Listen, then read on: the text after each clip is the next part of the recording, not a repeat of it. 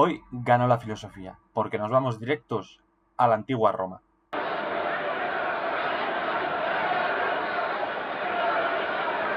Friends, Romans, countrymen, lend me your ears.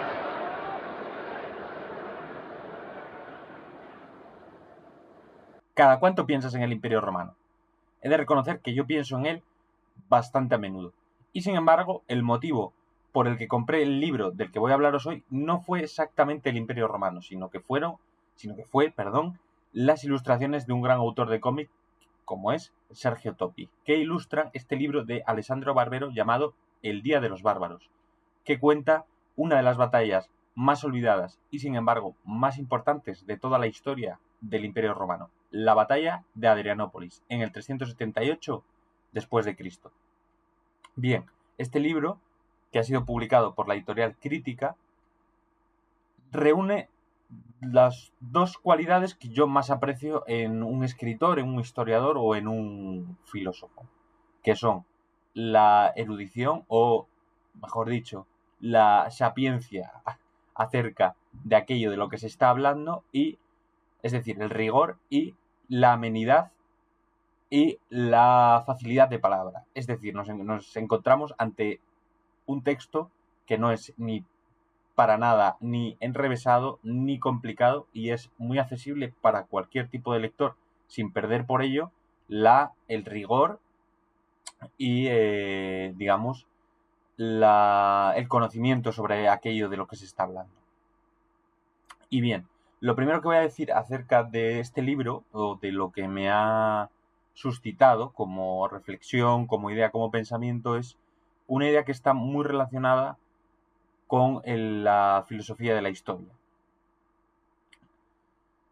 Como su propio nombre indica, la filosofía de la historia es la reflexión filosófica acerca de la historia.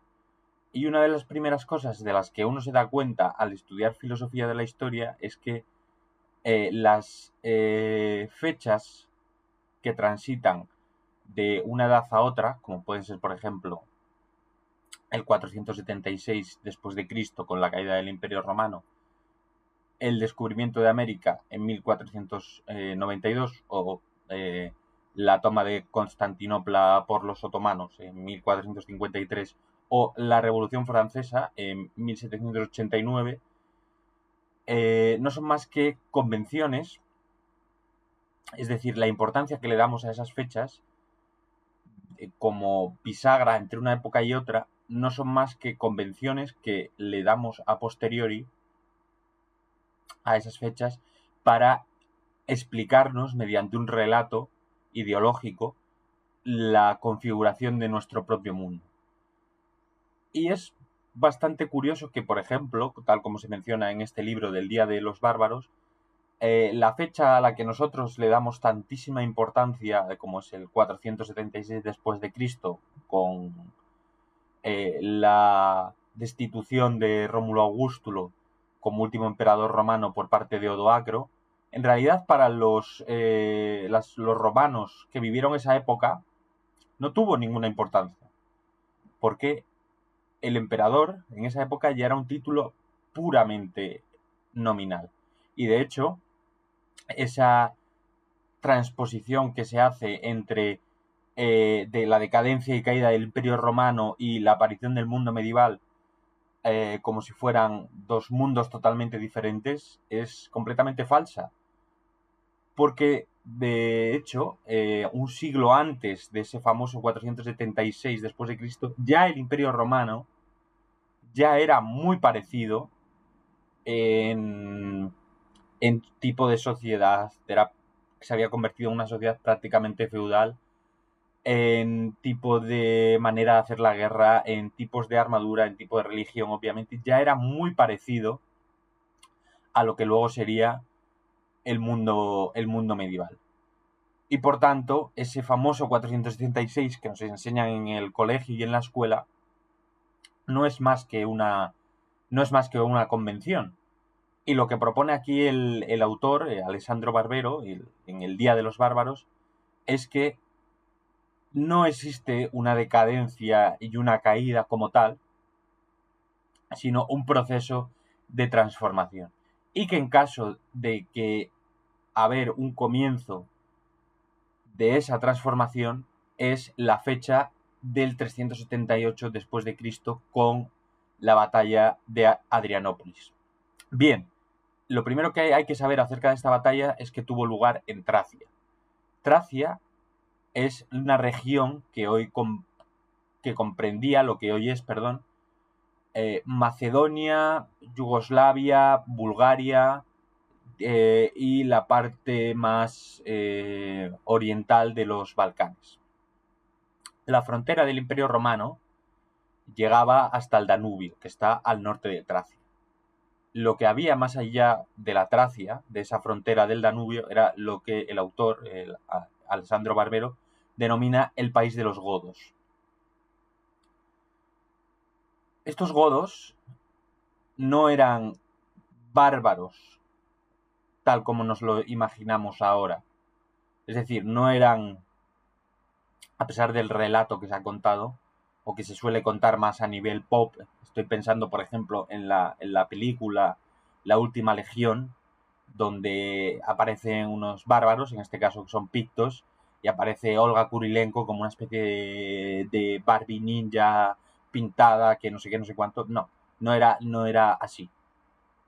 Estos godos estaban muy romanizados, habían aprendido a través del comercio y de la relación con Roma el modo de vivir romano, y más importante todavía es que eran cristianos. Estaban cristianizados, y esto también es importante en otro sentido, que es que en este momento, aunque la religión cristiana ya era la religión oficial del imperio, en la práctica todavía se vivía un momento de gran convulsión religiosa y política debido al cristianismo, porque teníamos por un lado a los paganos, a los arrianos y a los católicos. No sería hasta después de lo que os voy a contar en este vídeo que llegaría el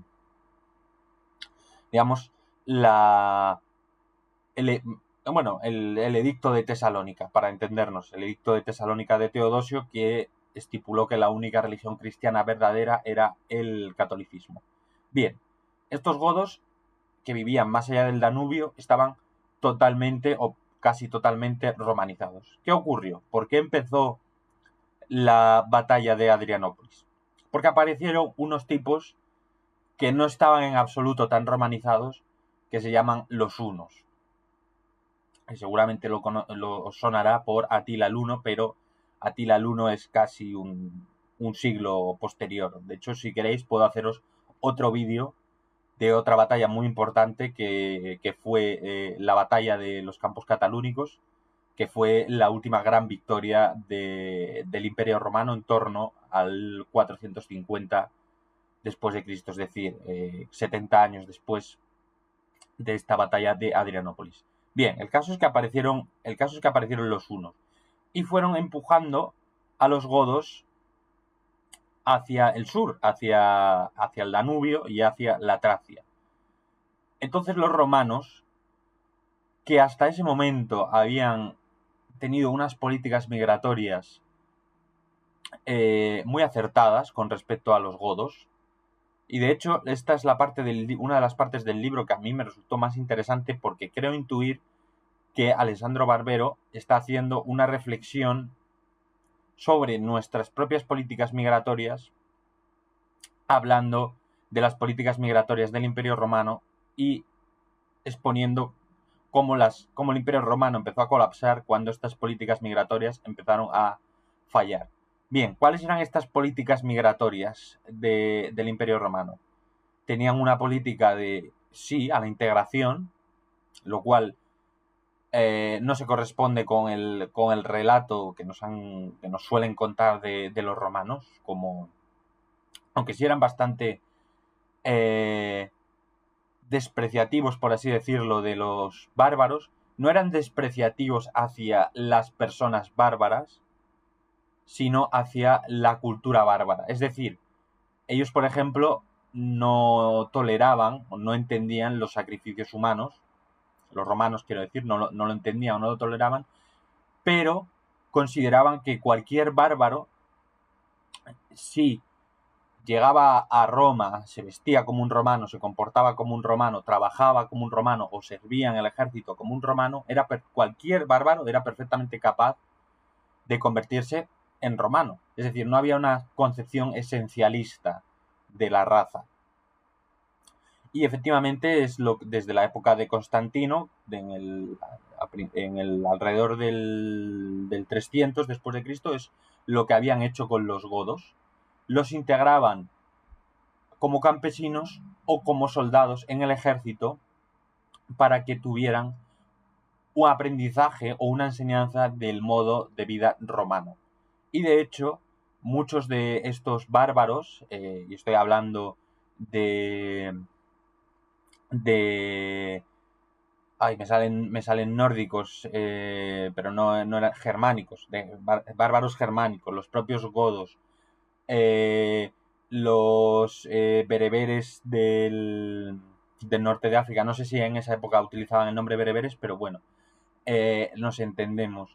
Los sármatas de Oriente Próximo. Había muchas personas de todos estos pueblos que habían llegado al Imperio Romano, se habían integrado y habían llegado a ser generales o cónsules. Bien, ¿qué pasó? Que había un emperador que se llamaba Valente, que era el emperador de Oriente, pero esto es importante porque en esa época sí que había una división entre el Imperio Romano de Occidente y el Imperio Romano de Oriente, pero no era una división efectiva como luego sería con Teodosio. Era una división más en un sentido más práctica porque consideraban que era imposible que un solo emperador pudiera dominar todo el Imperio Romano, y entonces pues llegaban a un acuerdo y decían, tú dominas esto y yo domino esto. Bien, el de Oriente se llamaba Valente y decidió acabar con esas políticas migratorias que tenían los romanos con respecto a los godos, y entonces se armó la de San Quintín, por así decirlo, porque una de las cosas que hacían los romanos con los godos para tenerlos contentos, o mejor dicho, para asegurar su fidelidad a Roma, porque Roma de hecho tenía el proyecto de anexionar el país de los godos, una de las cosas que hacía Roma era mandarles a través del Danubio barcos de grano para tenerlos contentos o asegurar su fidelidad. Pero Valente acabó con esto, con lo cual generó una hambruna de la hostia. Y junto con esta hambruna llegaron los hunos. Y entonces todos los godos se apelotonaron en la orilla del Danubio y empezaron a cruzar el Danubio hacia la Tracia, hacia el Imperio Romano. Y al principio Valente ordenó que el ejército romano, los Limitei, que eran las tropas que estaban acuarteladas en la inmensa frontera del Imperio Romano, escoltaran a esos godos, porque efectivamente Valente, que era tonto a veces, pero no del todo, tenía la idea de integrar a todos esos refugiados, es importante que Alessandro Barbero utiliza esa palabra, tenía la idea de integrar a todos esos refugiados en el Imperio Romano. ¿Qué pasó? Que llegaron a Marcianápolis y hubo un grandísimo malentendido. Cuando llegaron a Marcianápolis, los habitantes de la ciudad no quisieron dejar entrar a los godos. Y entonces los godos, que estaban fatigados, exhaustos, hambrientos, se cabrearon y liquidaron a todas las tropas de Limitei, de soldados romanos, que estaban encargados de custodiarles en su camino hacia la capital del imperio, que en ese momento ya no era Roma, era Constantinopla, desde la época de Constantino. Bien, entonces los godos se rebelaron y empezaron una masacre. Esto fue en el 376. Entonces estuvieron 2 años básicamente masacrando y saqueando la Tracia. ¿Por qué el ejército romano no pudo detenerlos? Porque el ejército romano no aplicó por 2 motivos. El primero es que no aplicó lo que debería haber aplicado, que es una tácticas de contraguerrilla. Quiso enviar un ejército regular a acabar con una milicia, que es lo que eran los godos, con una milicia de guerrilleros. Con lo cual, para empezar, un error táctico o estratégico. Y en segundo lugar, porque a pesar de toda la enorme extensión que tenía el Imperio Romano, ese era precisamente el problema, de hecho, la enorme extensión que tenía y la enorme frontera que tenía. El Imperio Romano tenía que destinar limitei, es decir, tropas de frontera desde la actual Escocia hasta hasta la península arábiga. Es decir, todo desde Escocia hasta Oriente Medio, incluyendo todo lo que es el Magreb, todo tenía que tener guarniciones de frontera, y cada ciudad importante evidentemente tenía que tener sus tropas. Es decir, se tenía un ejército enorme, pero en la práctica ese ejército estaba incapacitado para actuar, porque, por ejemplo, no podían irse del norte de Escocia, o sea, de lo que hoy es Escocia, perdón, no podían irse a la Tracia y dejar que los pictos arrasaran con todo lo que había allí. Y esos fueron principalmente los 2 problemas. Hubo varias batallas. Tuvo la batalla de Marcianápolis, donde ganaron los godos. La batalla de los Sauces, que fue más cerca del Danubio, que fue un empate entre, digamos, los romanos y los godos, pero fue, digamos, una victoria moral hacia los godos.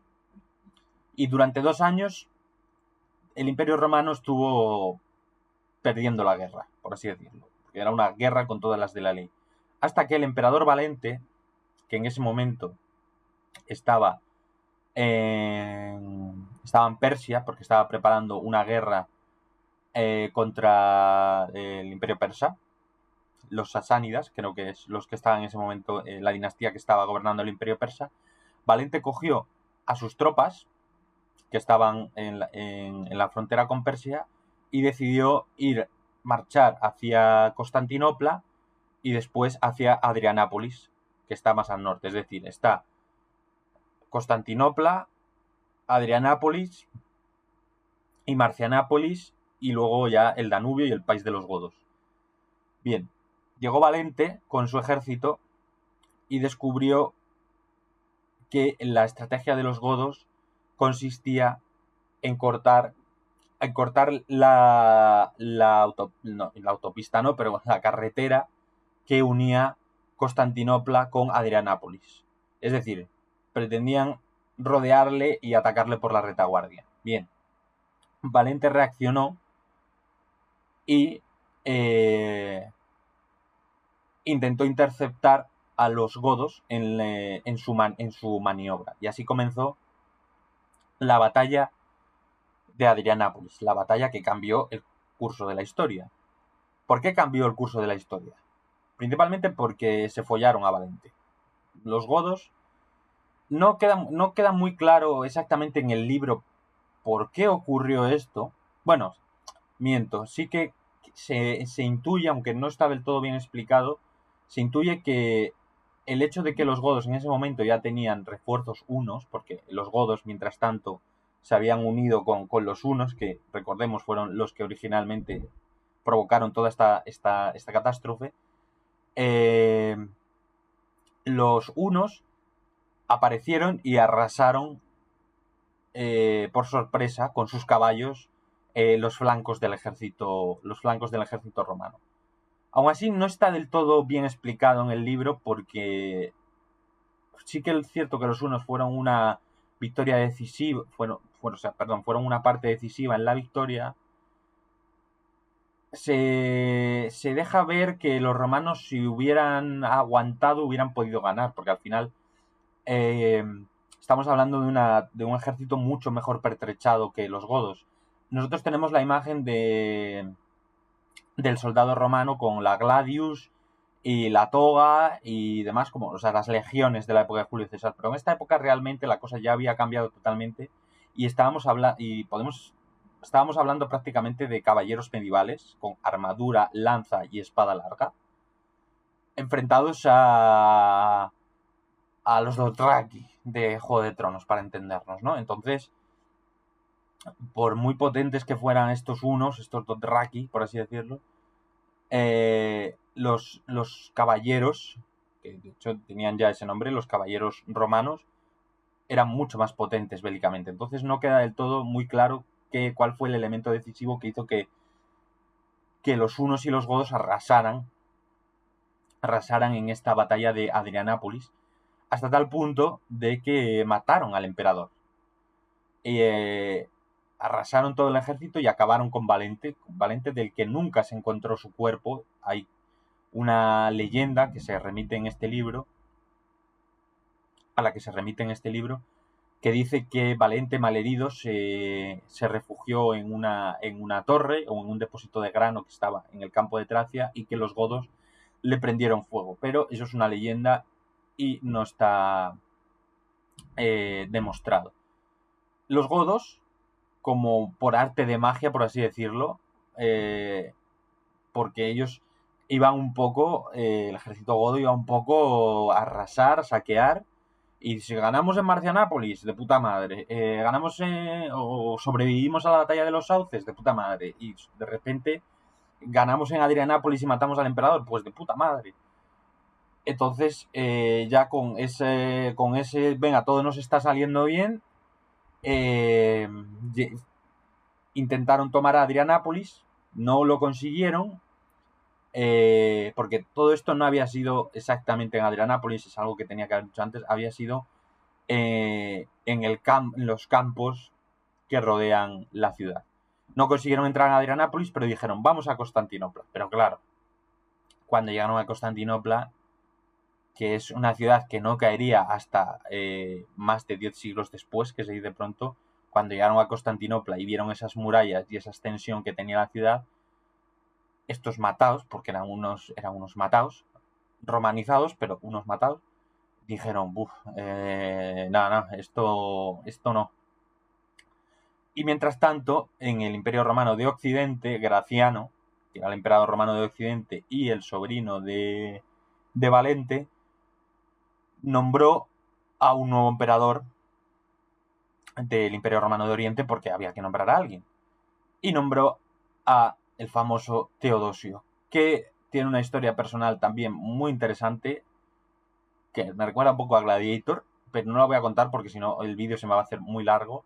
Pero si os gusta, si queréis, en otro vídeo os cuento la historia del emperador Teodosio. El caso es que el emperador Teodosio llegó y aplicó una política, mientras que con la religión fue bastante duro y dijo, el edicto de Tesalónica, catolicismo y ya está. Con los godos fue bastante más flexible y, digamos, puso fin a la guerra mediante una serie de acuerdos que eran beneficiosos para ambas partes. Entre lo que en esos acuerdos incluía integrar a los godos en el ejército romano. Bien, pero lo que dice Barbero es que ya las cosas ya no eran lo mismo. Porque pues por lo que él dice que la batalla de Adrianópolis fue el comienzo de la transformación del Imperio Romano, es porque los godos, a partir de Adrianápolis, fueron conscientes de su fuerza. Es decir, el Imperio Romano dejó de ser ese ente intocable e invencible y comenzó, después de Adrianápolis, un siglo de chantajes bárbaros. Es decir, llegaban los bárbaros y decían, los bárbaros, hablo de godos, alanos, hunos, llegaban y decían, oye, quiero esto. Y si el emperador romano de turno no se lo concedía, arrasaban. Que fue lo que pasó, por ejemplo, en el 410 después de Cristo, que es otra de las fechas que se suelen barajar como punto de inflexión en la historia del Imperio Romano. Todo esto llegó a su culmen con la destitución de Rómulo Augustulo por parte de Odoacro, que realmente, esto en el famoso 476 después de Cristo, que realmente fue una deposición nominal, y realmente los ostrogodos, cuando empezaron a dominar efectivamente Roma, no cambió prácticamente nada con respecto a lo que había venido, nada entre comillas, con respecto a lo que había venido antes. Quiero decir que no fue un derrumbe épico como si Gondor hubiera caído frente a las hordas de los orcos. No se trató de eso. Las cosas en historia son mucho más complejas y llevan mucho más tiempo. Las cosas no pasan de un día para otro. Y después de la caída del Imperio Romano, todavía tuvimos es que siempre lo confundo, tuvimos a Justiniano, esa gran expansión hacia Occidente del Imperio Bizantino, y el Imperio Bizantino que todavía duró 10 siglos. Es decir, por concretar, por resumir, por concluir, lo que propone Alessandro Barbero en este libro tan interesante es que no hubo una decadencia y una caída, sino una transformación, y que esa transformación empezó con una batalla muy olvidada, que es la batalla de Adrianópolis. Y como conclusión final, 2 tips, por así decirlo, o 2 puntos que os dejo para pensar, por si me queréis comentar qué pensáis en los comentarios, valga la redundancia. Lo primero es si pensáis que este fue el fin del ejército romano tal y como lo conocemos. Spoiler, bueno, respuesta gallega, sí y no. Y segundo, ¿qué pensáis acerca de los problemas migratorios de los romanos y la relación de sus problemas con los nuestros? Un saludo, gracias por estar ahí y nos veremos en el próximo vídeo, donde hablaré de otro tema bastante polémico, o de un tema bastante polémico, como es la verdad sobre la conquista de América.